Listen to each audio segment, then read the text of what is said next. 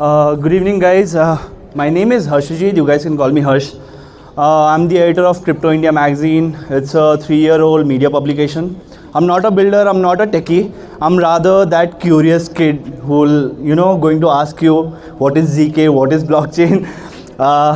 So yeah, I'll be moderating this panel. We'll see how the conversation flows. We'll be speaking to you all, folks, right? How are you feeling so far here? Everyone seems very quiet.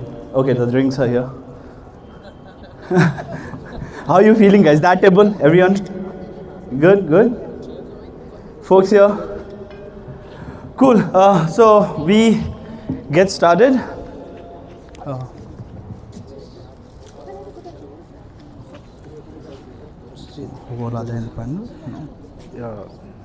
These are the panelists, Soumojit, they can sit here. Okay, you can call one by one, and after that you will be starting with these topics. What inclusion Web3 means to you, opportunities and all that. You can call one by one so that you can sit over. Okay, cool. All of them, right? Yeah. Cool. Okay, so our first panelist is Soumojit. Is it Soumojit? Soumojit Ash. No worries. Upasana Barman. Okay. We also have Anjali Singla.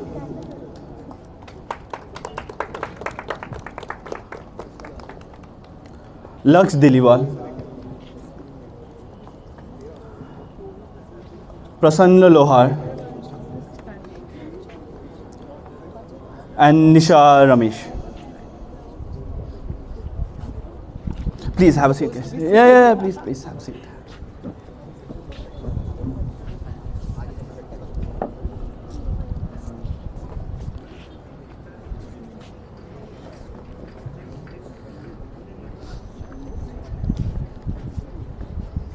We need. You have one, no? One more chair. One, I'm keeping it here. One more chair. Yeah. Here.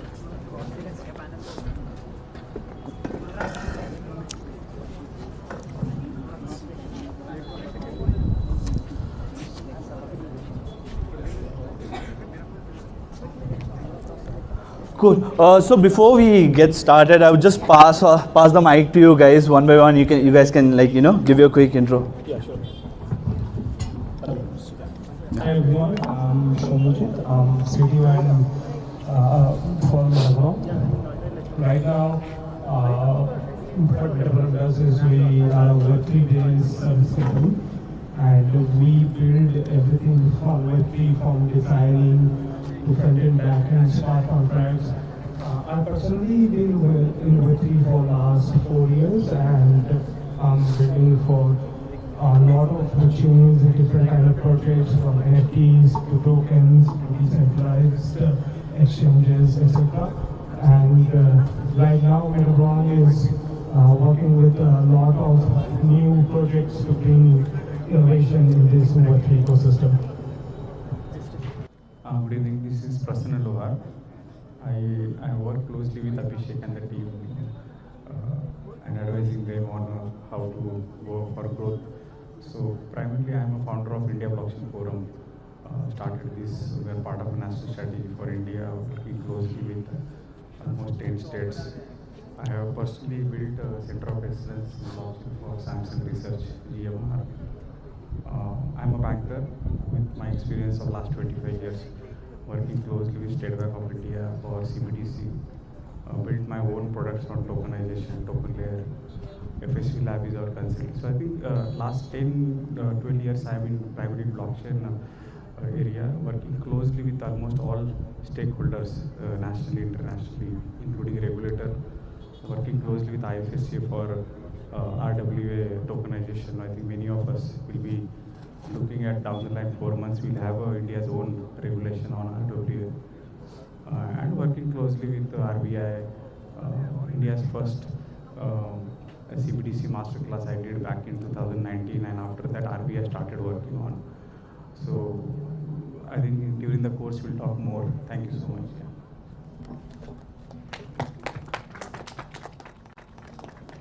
Hey everyone, my name is Nisha. I'm a marketer. I'm the client lead currently at Growgami, which is a distribution platform for top Web3 projects like L1s. And I've been in crypto for the past 5 years. Started my journey with CoinSwitch and worked with a bunch of Web3 startups across the globe. So lovely to meet you all. Hi everyone, I am Anjali. I lead global developer programs and ecosystem growth at Somnia. Somnia is a super fast layer 1 EVM compatible blockchain, and we are focused on gaming and metaverse and data based, like on-chain AI agents based projects. And on my profile side, I help developers and builders to unlock their potential. I build the tools, the ecosystem, and design programs to enable them build projects on Somnia, and it's lovely being here. Thank you. Hi everyone, I'm Upasana. I'm the head of institutional partnership and growth at AllDRX. AllDRX is a digital real estate platform that enables investors to buy and sell real estate 1 square foot at a time. So you can come onto our platform and buy 5 square foot in Bangalore, another 10 in Goa, maybe another 20 in Bombay. Personally, I come from a TradFi background. Did my CFA FRM. I was with some of the IBs for good 5-6 years. Not a crypto degen. I was introduced only in 2021, 2022 when I was doing a small project on blockchain. But that intrigued me a lot, enough to change my career path and switch on to the DeFi side of the world. I worked with CoinDCX as a risk manager for a good 2.5-3 years. Within crypto space, although I found my own niche, I would say, where finance and tech comes together, and that's RWA. That's when I found AllDRX, already tokenizing assets in India. And yeah, lovely to be here, and I hope I can connect with all of you in person by the end of the evening. Thank you. Good evening everyone, my name is Laksh Dilliwal and I am an ecosystem builder. I work with some L1 blockchains and some exchanges also, including centralized exchanges and decentralized exchanges. I am a computer science engineer, and previously I worked as a software engineer with some companies and graduated in 2020, and since then I started my Web3 journey. During my college days, I built some communities, hosted some hackathons also. I was the GDSC member and some worked with some Microsoft, Google and all. So like I'm also a team 1 member of Avalanche right now, and I built ecosystem. Previously I led global ecosystem and developer relations lead at Diamond Blockchain. It's a quantum resilience network. So yeah, worked with some quantum area also in the past few years and Web3 all. So yeah, happy to meet you all and have a great night. So yeah, this is more of an impromptu session for me. I was handed over the questions. I'll see if I can follow the set, but I think I'll try to keep it as, natural as possible. I mean, the topic itself, the focus itself is really interesting, women in Web3. So when we talk about women in Web3, when we talk about inclusion, I mean, what are your first initial thoughts? I mean, one of you can just, kind of start and share your thoughts on it. Specifically in Web3, when we say inclusion.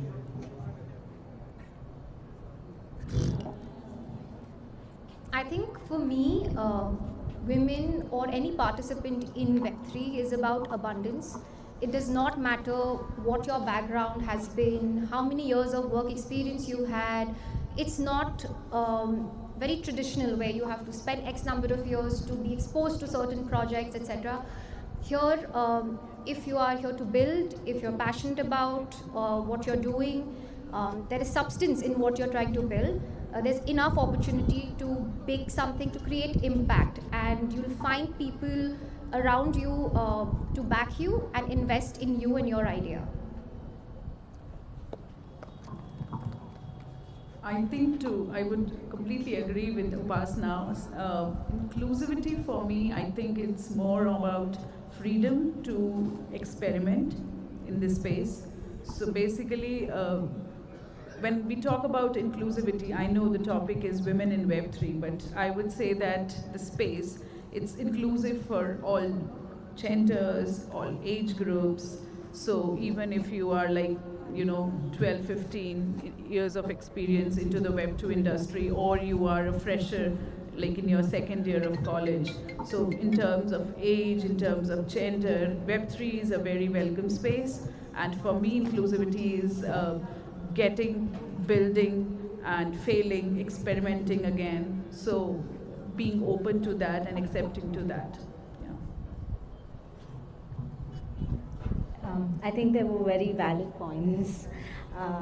For me, inclusivity in Web3 kind of sounds new, because Web3 by itself is a very new industry altogether, and it was built by both men and women in the industry, or anybody else in the industry. So it belongs to all of us. I wouldn't put a bracket between women in Web3, because we're all building together. And the good part about this industry is that you can be anyone, like Upasana stated. You can be anyone, you could have done anything in the past. If you put in efforts and if you start building and if you run with the momentum, the industry welcomes you. So, thank you. Yeah, please. I think so wonderful to be part of this panel with all women entrepreneurs and experts. As everybody says, Web3 is new, right? So I think Web3 is an extension to Web2, and there will be Web4 also. So we are part of a Web3, that is why we are part of this. I think that gives opportunity to everybody out here to be part of that. And looking forward to the topic around, I'll give some examples how some of the women are leading in the blockchain and Web3 industries. So I think if you talk about institution, academia, Kerala Blockchain Academy is India's first blockchain academy run by veterans, but maybe at least 70% staff is a woman. And that's how they create India's most wanted skill set from Kerala. I think if you go there and you will really understand what is meant by Web3, how they are really built those courses, well funded by government of Kerala. Other example I will give from a Telangana state, Ramadevi, who has been part of a blockchain inception. Back in 17, I met her when she was not in blockchain, and she was just sitting beside me talking about how is life going on. She was a co-passenger. I wasn't aware whether she is into blockchain or government. And I think in the next month she invited me from government of Telangana. How can we work on this particular technology? I think last 17 till 24, well, she was there at government at Telangana state. I think she has been very marvelous. She has run tokenization frameworks, part of many conferences, and was a lead voice for India Blockchain Forum. Under her guidance, we started a special interest group for women, where we have around 40 plus experts. Some of these experts like from Broadridge or CDAC, and we learn a lot from them. Third example I'll give, National Blockchain Framework, NBF, launched last year by CDAC, and is done by all women together. So Ishwari ma'am or Padmaja, they are driving it, and the way they have energy, they must have traveled at least 20 states in the last 2-3 months. It's not, this information is not available in the any community or any, and they have met almost all IT secretaries how blockchain can be promoted with the ready use case. I think this is what some examples, and this gives a lot of strength for women in this space, and hope this continues and we get a lot of path-breaking larger use cases for India as a country. Yeah.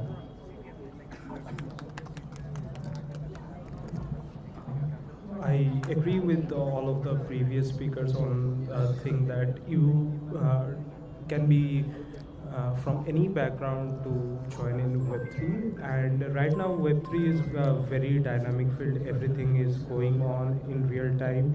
So if you feel you are not ready to be in the Web3, I think that will be wrong, because you will never be ready. I think don't need to be matter who you are. You can always find something to build on the Web3 ecosystem. And what I feel is that there needs to be like for exclusively for women.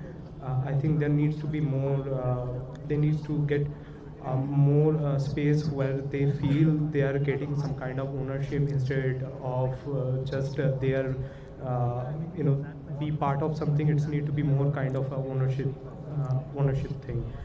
And also I think in the Web3 space we need to make sure the women are not just joining the Web3 space, but there needs to be also opportunity where a woman can come to the Web3 space for growth as well. So there needs to be a clear path for not just joining a Web3 space, building something, but a clear path for their self-improvement and for growth of the whole Web3 ecosystem.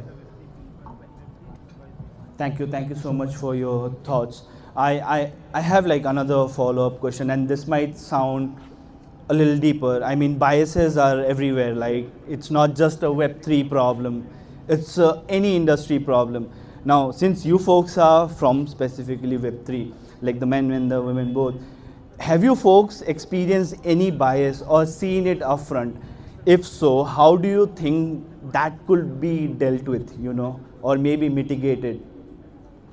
I think I'm mainly in the technical space, and I have seen that when there is a clear bias is that when a woman is speaking or doing some contribution on technology, there are many folks like cross question or questioned based on that. So what I feel is that we need to respectfully call out that, not like question their authority or something on when they're building on something or technical space. And I think we need to make safe space where both women who is doing building on technology on blockchain or doing anything on the Web3 space, it's need to be called out respectfully, and there not should be any biases for both technology and normal Web3 like marketing, content creation.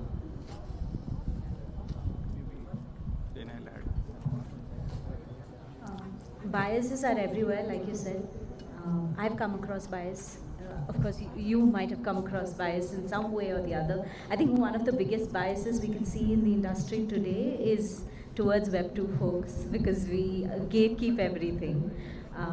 But how do you deal with bias, right? Like, for example, let me take me being a woman in the industry, and I try to put out a suggestion in front of a 10-member team, out of which 8, 9 are men.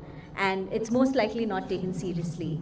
The only way you can get over that bias is action and results over talking. There's no point in trying to explain things, nobody's going to listen. So show your results and own your flaws. The minute you own your flaws, you become really confident, and people would want to respect you. So I think those are some ways I try to come across bias. So yeah, for me also, I think being a woman, the biggest challenge you face sometimes is technical competence. You're being judged.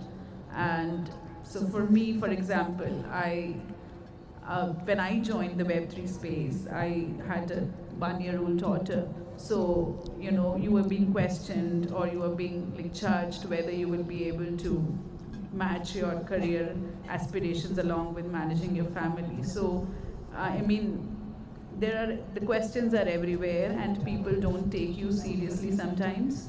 And the best mitigation strategy for me again is to exit that loop of trying to justify things and just focusing on your work.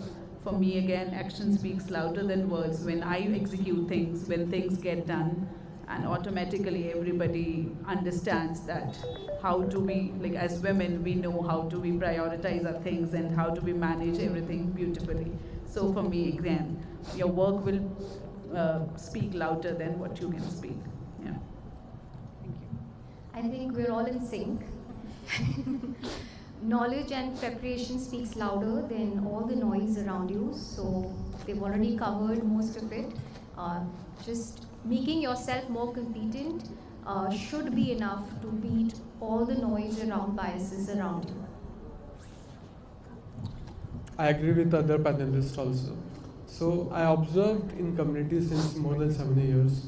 So actually there's also bias for women specific because they find really challenges, especially are they students or final year students in computer science grade, or they are builders, something building and trying to achieve something good in Web3 space.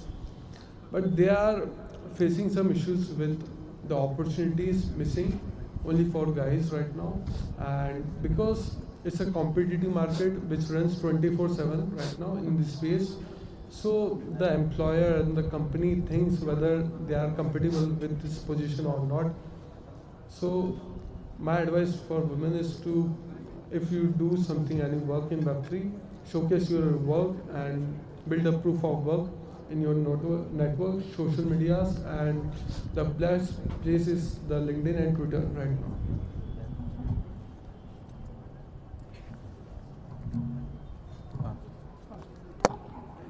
Yeah, as I agree with everybody, bias is always there. Like how you really mitigate that situation is very, very important. But looking at the topic which we have, like how do you really support women entrepreneurs? Just imagine the same company driven by a male or a female as a CEO. You will find the difference. Right. Because inherently that comes. How do you manage many things together in parallel? That's how we look at any of the founder, co-founder, or CEOs. When I looked at my mother, right, I know how or everybody has the same story. It's not only one task they do multi without, and they don't know how much power and energy they have to really make it so easy. So it's I think I have worked with my fellow superiors who are women superiors. I have found how they really tactically handle the various situations. In fact, you see human resource departments full of women's. Why? Because it goes with the emotional touch with all the employees. So it has its own strength, right? How do you really look at it? And when you coming back to Web3 industry and the kind of skills we have, I have seen, like we heard one girl spoke about she has started journey as a cloud engineer. Right. I think cloud engineer or networking was always a job of males. At least in the Web2 world, you'll see you will not find any cloud engineer, a girl sitting inside a data center and operating. So I think that's the change we have seen, and that's the give the liberty, and hats up to all the speakers which spoke. So primarily, I think when you talk about Web3, when it has given a opportunity for multiple roles, and good to see that multiple women are taking those roles. Say it's digital marketing, or say it could be creating their own layer ones, or getting into compliance or law. I have seen at least many female lawyers supporting exchanges, supporting exchanges or any of those protocols. I can name many of them. So I think great to see that this new ecosystem is helping both, and ultimately let's look at the output, right? While we have a larger opportunity to really build. Web3 has just started, while institutional use cases or we are talking about a lot of regulations needed in RWA. But the journey is very good. The kind of journey from 2015 till 22 and last 3 years, I think it is exponentially a lot of growth has happened in the Web3 industry. Rather, it has filtered out many of the areas which are not really relevant for long term. So let's look at, like I give example of Shinam. Shinam Ore is a CEO MD of Broadreach, and the way she has built the asset tokenization platform, which not only in India, outside of India, many people are really look at it. She has worked in Infosys as a core banking delivery or a global head, but how she has really uplifted career from Web2 to Web3, that's one of the example. Let's look at how these young ladies also make us proud. Rather, they are already making proud. So looking forward here. I actually had a follow-up question which you already touched upon a bit. Majority of my bosses so far in my entire career have been women, and I have performed better under them. I'm not kind of downplaying men here, but that's the reality with me.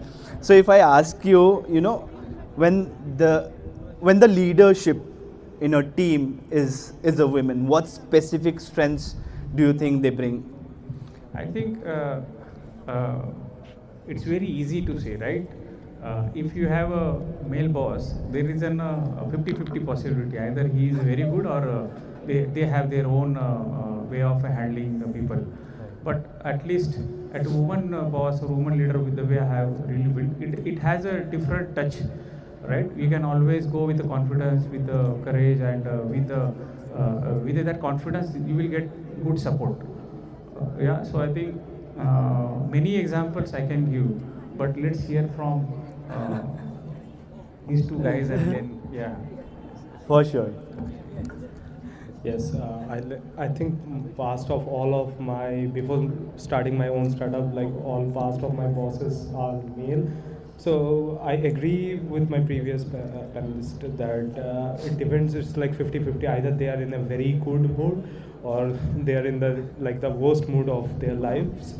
I think having a woman boss means I think things will be more organized on like managing things, because I see it depends on with male bosses. I think what they do is they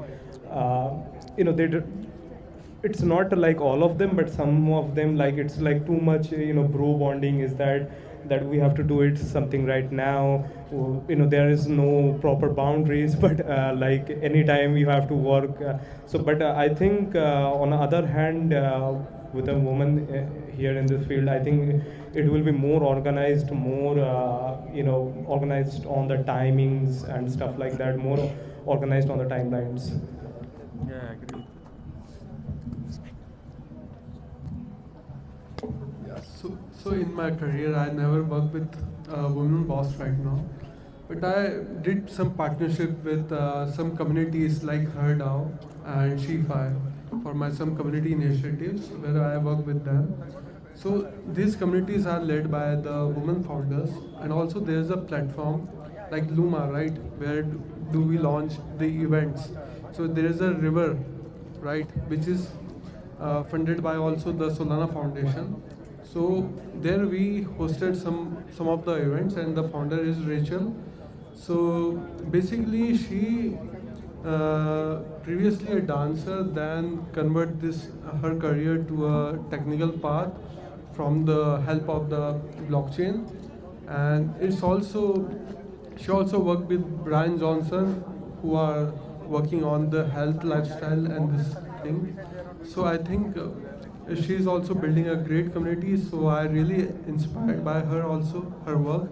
And some of the founders also, he also joined as a co-founder of Binance right now, just a latest news in the market. So she also worked with CZ, the founder of Binance, and some of the I have colleagues from BNB chain also, who some initiative led by women. So they are really pretty going good in blockchain and Web3 space, and the timings and the workflow they are managing this kind of things really pretty well. Amazing. So we won't stretch this panel much. I still have like 2 questions. I still have more. I'm not sure if I can stretch, but never mind. I would like to ask the ladies, do you want to bust some myths about a woman working in tech or deep tech or Web3 or any a deeper industry per se? Do you want to bust some myths, like some misconceptions that you think people might have? I think the biggest myth is that women can't be techies, women can't be builders. That's the biggest myth we have. Because I work with developers and builders on the ecosystem side, I have seen great technical profile based women, so who are working and building great applications. So that's one of the biggest myths around there, that you only look for non-technical roles while you are entering this space. You can be builders. And the other would be, I think, yes, you can't maybe excel in your careers way ahead of your times or like early on.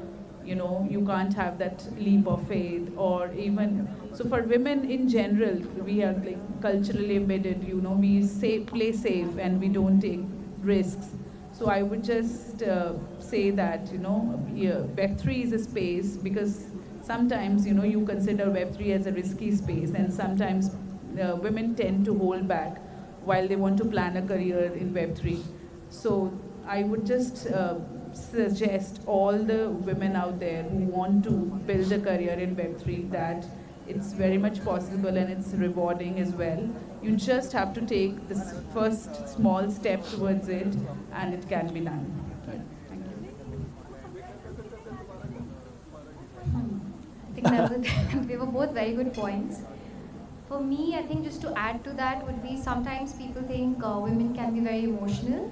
And I think that's not a disadvantage. Yes, of course, in certain situations, you have to keep your emotions aside. But EQ, being high on EQ should be used as an advantage when you're negotiating, when you are reaching out to your customers, when you are taking decisions with a lot of stakeholders. I think having high EQ is a strength that we have and not a disadvantage. Yeah, Upasana made a very good point. EQ is really important. You have AI for IQ now.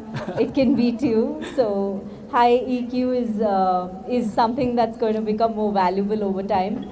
And from the book, women are from Mars and men are from Venus, or the other way around. Sorry, the other way around. I think it states that women have high EQ because that's how your biological build is. But jokes apart, I think girl bosses slay. Very recently, Kalshi's CEO became a billionaire. Like, she's one of the first girl billionaires in Web3, and I think that's something we should applaud for. And a myth that I want to break is that women at the age of expanding their family are not a liability to any company. Given that the world that we are in today is not just women caring for their families, right? It's men and women, dads and moms together. So I think that's although not being spoken about a lot, people still take a step back when they meet somebody in their 30s who's married, doesn't have kids. Should I hire this person? Is it going to become a liability for me? But it's not. They might take a break in between, but mind you, they will come back slaying big time. And at the same time, you should be asking the same question to men also, because they are taking equal responsibility at home now. So yeah, I think that's a myth that should be for broken. sure. I think I would love to know the take from the men as well. Mr. Lohar. I think so. I have seen many such journeys, right? So very touching journeys with me at my home. So I have seen my wife working in a school, coming out of those, moving to Mumbai, working closely with me, and not working for 2 years. And then we moved back to Bangalore. She started her own company last 1.5 years, and now doing so well, right? With from 1-member team to a 15-member team, to hiring every team member is this art, right? So she has coming from that school and teaching background, hiring, managing people, managing their the lifestyles, right? Typically in Bangalore, and delivering the actual output, building a product in the last 6, 7, 8 months, taking those products to investors, not in India, outside of India. And whenever she needed, she always asked me for guidance, and I know even if I don't guide, she will find her way. I think that's a example in front of me. I'll keep telling many other examples around the world, but that has taught me a lot how any woman entrepreneur can really do so well. I think looking forward, however, all the women who are gathered here make an impact for a Web3 ecosystem with respect to their journeys. Yeah, I think there are a lot of myths, and these myths are true, but good to see that all women are making them, though all those myths is not really myth, they can really do well, and they are really doing well. It's not only today, but we have seen these examples last so many centuries. And that's how, if you look at typical sports industry also, in the last several years, India is winning a medal, and first medal is always won by a woman. Right. That too not from very big city, coming from some small cities, and they are really doing well. So it's not only Web3, sports, government, everywhere. I think you have seen the impact, and looking forward, yeah. Soumojit, Laksh, you folks have any take on this? Do you want to bust some myths?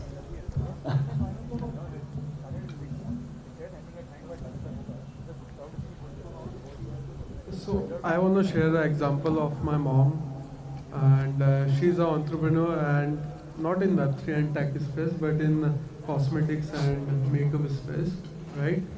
But she have some employees also, like women especially. So actually, from her, I take lots of inspiration. Like there's also some employees who are working from more than 20 plus years. So there's always emotional intelligence higher, right? As you said. So yeah. So actually, women are pretty good in management space and like founding space. Like they handle the employees pretty well, and what they need they can understand by judging the face and the emotionals, right? So, yeah. Okay, Soumojit, you have a take?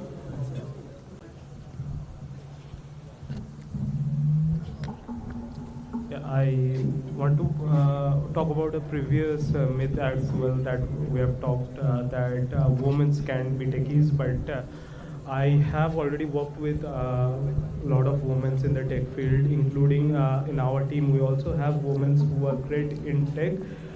We have Rishika from our team here, who is our senior backend engineer, working closely with us on different kind of products in the Web3 field for last 2 years. So I mean, this is a complete misconception. I mean, I think the men and women are both are same as in the techies and as well as in the Web3 field. Amazing. So I have one last question for you all, but I think I'll come to that question after asking a few folks if they want to ask something, then we'll wrap it. Folks, we have an amazing panel here. Do you guys have a question? This table there, folks over there? Anyone?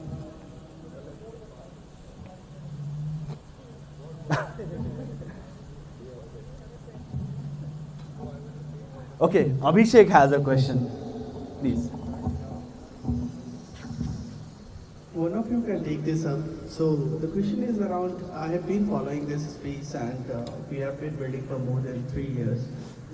Now when it comes to you, women contribution, we have not seen the way we were expecting it to go up in this, at least in Web3 space, be it technical or non-technical. While if I see the same progress in outside India, be it Dubai, Singapore, this has picked up. Where do you see, one thing that I cannot take up is a lack of talent or a dearth of talent. Can this be a dearth of intent, or where are we lacking? We are nowhere near where it comes to leading the Web3 from women point of view. Question I would like to take up, or somebody can. Thank you, Abhishek. Thank you for the question. I think that's a very valid point you made, something that I've been thinking about a lot as well. There are a lot of women making strides in the other countries, and we are still holding back a little bit. I think one of the primary reasons could be a lack of education or awareness. While SheFi is an organization that helps women get into DeFi and learn things. While that was quite popular across the other countries, I think it's very slowly now being acknowledged in India. I'm a SheFi member myself, and the community did me a great deal to, get through understanding the industry better than I knew it before. And it also is a great support for women. So I think one is exposure, and the second thing is mentorship. Women in India, I think, don't have enough mentors who can hold their hands and show them the way. And I think it's all of our responsibilities to be able to get through to them. And if any woman here needs a mentor, I'm happy to talk to you. So yeah.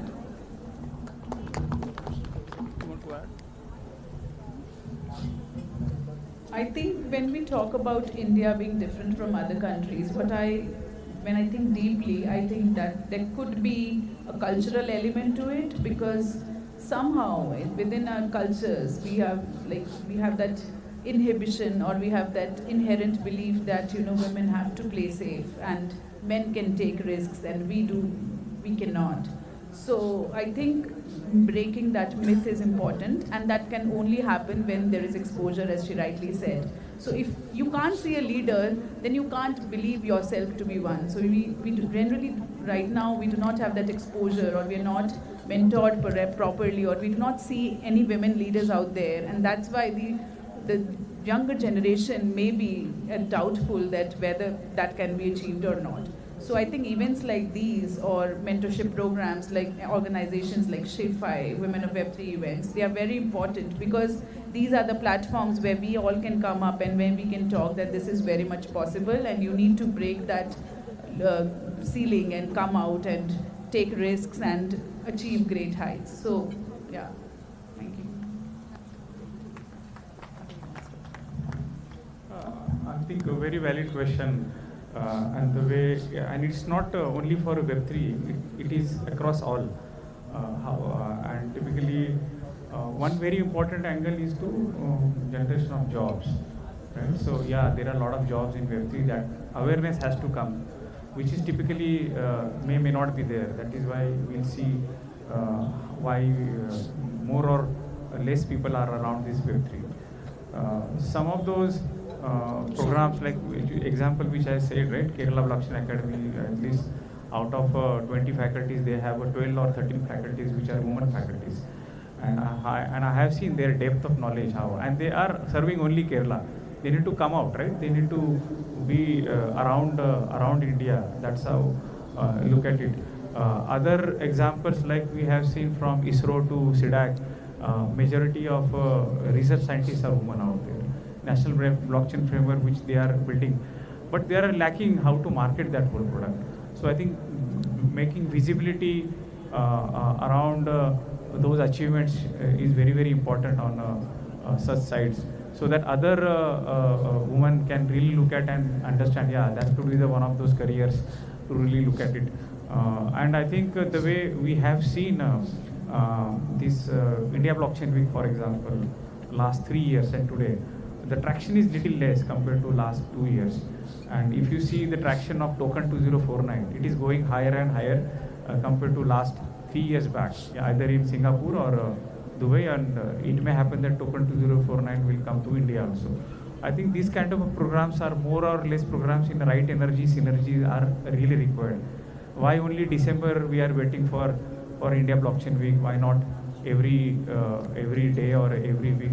We should have more promotion. That's the one agenda which we are carrying at India Blockchain Forum, and seeking help from women experts, founders, influencers to do these areas. I have seen some good examples done by LFDT India chapter, and they have created a lot of college level chapters, and I have seen many of the chapters are led by young enthusiast girls. Right? Typical, I can name some of these chapters in Bengaluru. I think at all levels we need that momentum which to drive things. And at a corporate side, they should open up more opportunities. I think industry is understanding this need now, of a blockchain and relevant different roles. Over a period of time, we will see it's our collective responsibility, as everyone is agreeing. And let's look at Abhishek, how we can really drive this thread very cautiously and very nicely, so that next year we have a double of at your event, at our event rather. Thank you so much. Yeah. Thank you, folks. I also had a thought, if you mind. So, I mean, you folks can correct me at any point if you feel I'm going wrong anywhere. So this comes from a very observer perspective, I think it's also about the mentor, like you said, but how the mentor is paving your path, right? Not just because I have a mentor doesn't mean I'm going on the right pathway. I see a lot of girls, young girls and women who jump into Web3 but don't end up getting on the right track, but rather end up doing mediocre stuff, right, which is not directly contributing to adoption. For example, when we talk about crypto, I want my landlord to take crypto as my rent, right? For me, that's practical adoption. So I think it also plays there. If a woman have a mentor and she is kind of taking a path, it should lead to something meaningful and not something mediocre. That's just one of my thoughts. Okay, so we'll wrap up this session with one last question. It's not like a question and not specific to women, but for someone who wants to get into Web3 or in Web3 but are kind of still lost and not able to figure out where to go next. One piece of advice from one of you, like all of you folks would, be great. I think when I started doing Web3, there is not this much like, right now there is too much educational content there. There are a lot of places where people are eager to help you. There are online communities. But before, when I started, there was nothing like that. Like there's only 2-3 YouTube videos and there is talks. There's nothing else on the Web3. So I think if you were started on the Web3, you should explore those available content. Talk with few people on the community and first decide yourself, do you like it, do you get it, you understand it, and then decide a path on the Web3 that, yeah, I like this idea, I like this concept. I mean, everyone should read at least the Bitcoin white paper. Like they need to understand what is this Web3 is about. It's not about like we are just building decentralized type of stuff. It's they need to understand that why this matters, why this decentralization is required, and then choose a path. Like, are you go with like decentralized finance or RWA? Then choose it, but first understand the whole field, then decide. This is a very, very important question. Why? Because see, Web3 is not meant for some certain set of industry. It's again extension of what we have built as a client server to Web2, which is backed by mobile, cloud. And now what is Web3 is all about? It is a changing experience. What we had a bad experience or trust experience or too many frauds or the way it was being built. And that time it was the best, like so-called Web2. But Web3 comes and says that there is a additional, rather web blockchain technology as a single source of truth. Anything you write there, cannot be tampered. And so-called some of the communities are coming and building these exchanges or wallets and many other DeFis and those apps. I think that's really good, which is happen on the engineering side. But when you see that engineering, how it should be impact to every citizen and every stakeholder of the societies, starting with government, where we can do multiple use cases. May not be typically on a public, but on a private, like land registration or any of those fraud typically happens in government space. Or in banking space, I can give at least 300 use cases, wherein a banking can happen more seamlessly, without reconciliation. That is what digital rupee CBDC we are doing. Or reporting of a fraud which can happen on the spot. The way we have a payment transaction, typically it takes 45 days in a Web2 world, or rather current world. I think people or enthusiasts, experts who are party to this, they need to look at what is as to value they are bringing, or what is that business case or use case. I think that will drive a lot of momentum. And if they drive their energy, synergy, learnings, expertise, research, everything around that, then we will see every SMS we receive is on blockchain today.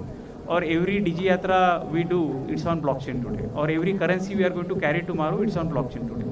I think if you look at that angle, so definitely I think that shift need to happen while we are doing many more things around RWAs and many more others. I think I can talk a lot on this typical topic, this particular topic, because the way we talk about RWA and the way we talk about actual tokenization, everything is going to be tokenized. It's not something like only RWA is going to be there. So I think understanding use of that technology for a larger benefit, what we have not achieved with the Web2, what is that we are going to achieve with the Web3, that's very, very important. I think that will drive many more different types of roles and all these young kids will get a right directions. That's what I can say right now. Yeah. For anybody who wants to get into Web3, that's a very good question, right? Like, it's usually confusing. It's a very, from the outside, it looks like a very unique, very, pumped up industry that you really can't enter, but it's actually very, very simple. I'll give you three ways. I've actually built a community that helps people scale in Web3. It's called Building the Next Alpha. And I've helped quite a few people, try and get roles in other companies and stuff. So 3 things that I usually tell people is 1, learn, get yourself into communities that teach you about blockchain, that show you how blockchain works and what the use cases are. When you get into blockchain for the first time, you don't know what different niches in blockchain there are. So you get yourself familiarized with all of these things and then pick a niche. Not just for women, SheFi is for women, but there are many other DAOs that help people learn DeFi and blockchain. So first learn, and the second thing would be get yourself into crypto Twitter. That's where the whole networking happens. Start replying to people. This is where you can. This is a very beautiful opportunity, right? In crypto, you can talk directly to a Sandeep Nelwal or even with anybody. Even if you spot Satoshi on Twitter, you reply to their post and they reply back to you. That's the beauty about crypto Twitter. So get yourself in there, start replying to relevant tweets and start adding value to that. And you also eventually build your personal brand. And networking, attend as many events as you can, at least in the initial space, and make yourself known in the industry. These 3 things can definitely get you into crypto in, say, 4 to 6 months. I've known people who've started very fresh, not knowing what blockchain is, and today are one of the most known members in the community. So it's quite easy. I think they've rightly, summarized everything. For me, number one point for guiding anybody who wants to come into Web3 is first basically thinking about the intent, like whether you want to. And if the intent is there, then taking the first step towards it. Whether it's a small step, doesn't matter. You take a step, you start something. And the best way to start something is to learn about what essentially Web3 is. How is it different from Web 2, Web 1, and what decentralization is, what blockchain technology is. I think getting yourself, you get into the ecosystem, you don't get into social media at level 1. Level 1 should be tech side of things, basic knowledge. And then, as she mentioned rightly, level 2 should be build your, learn in public, as they say. So when you enroll to courses, you identify mentors, catch them, like cold emails, LinkedIn, or whatever, join the relevant communities, and then start building. So what I realized in Web3 is you need to get a portfolio, a project. So you build on testnet, you give out, like you build a digital portfolio of your projects, what you have built, and it will be very difficult for people not to notice you. So that would be my advice. Get there, get building, and build in public. I think they're all great points. I'll give it slightly different advice. I think all that glitters is not gold. When I first entered Web3 space, everybody is building something and everybody is building something big. I think it's very easy to get young people, impressionable people swayed away that, okay, we're going to do this, we're going to do that. So my advice is be careful. Go back to your traditional knowledge of understanding what, why, and how. What is the product? How are you going to finance it? How are you going to finance yourself? What is the journey? Who are you building with? Go back to basics. Don't get swayed away by big terms, big jargons, etc. So I would say a word of caution there. But having said that, different advice would be don't be afraid to fail. We're all here to learn and grow. You can fail once, you can fail twice, you can fail as many times as you want to. I think there is enough time for you to get better with each failure. I agree with her also and the other panelists. So my first advice is to break the comfort zone, right?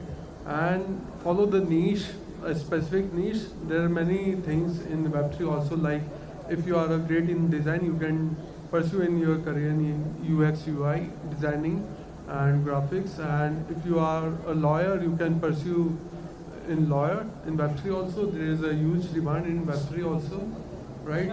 Like principals and other folks. And like if you are a great in development and software coding, so you can pursue your career in this path also. So like it's a like extension. Web3 is an extension of Web2. So it's a like something in technologies add-on, right? So like start with the basics, and if you want to build any other ecosystem, like every blockchain is an ecosystem, like it's a country, right? So you can first of all read the white paper and research more about the community and who is backed by, is it a scam or not, right? So go into the depth and follow the channels and join the communities and network with the like-minded folks, join the crypto community and network with folks. That's all. Amazing, amazing. Okay, so this has been a fantastic session. I would have stressed it. I don't know. I mean, I hope I didn't make you folks talk or wait a lot. There's already networking happening. I would, you know, kind of let you guys go and have network there as well. I would like to call Abhishek once so that we can wrap this panel. And guys, this whole event has been really amazing, and I really want to thank Abhishek and the entire SecureDApp team. You folks are doing great, and anyone who's building on Web3, security is must. Do speak to Abhishek, the entire SecureDApp team. Explore what they do. Explore, you know, learn the importance of security in Web3 and everything in between. And yes, thank you so much, Abhishek. I'll pass the mark to you. Thank you everyone. Thank you for being part of panel. And this has been discussed. Morning, my team came with a list, said that who should be panel, who should be talking as a standalone, and all of you, after meticulously, they had decided that okay, they all have to be in the panel, and let's do that. I think all of you have done a justice to what topic that has been assigned to you. And thank you for being part of it. Please enjoy your food. Thank you. I think Abhishek will give the gifts to them. Yes.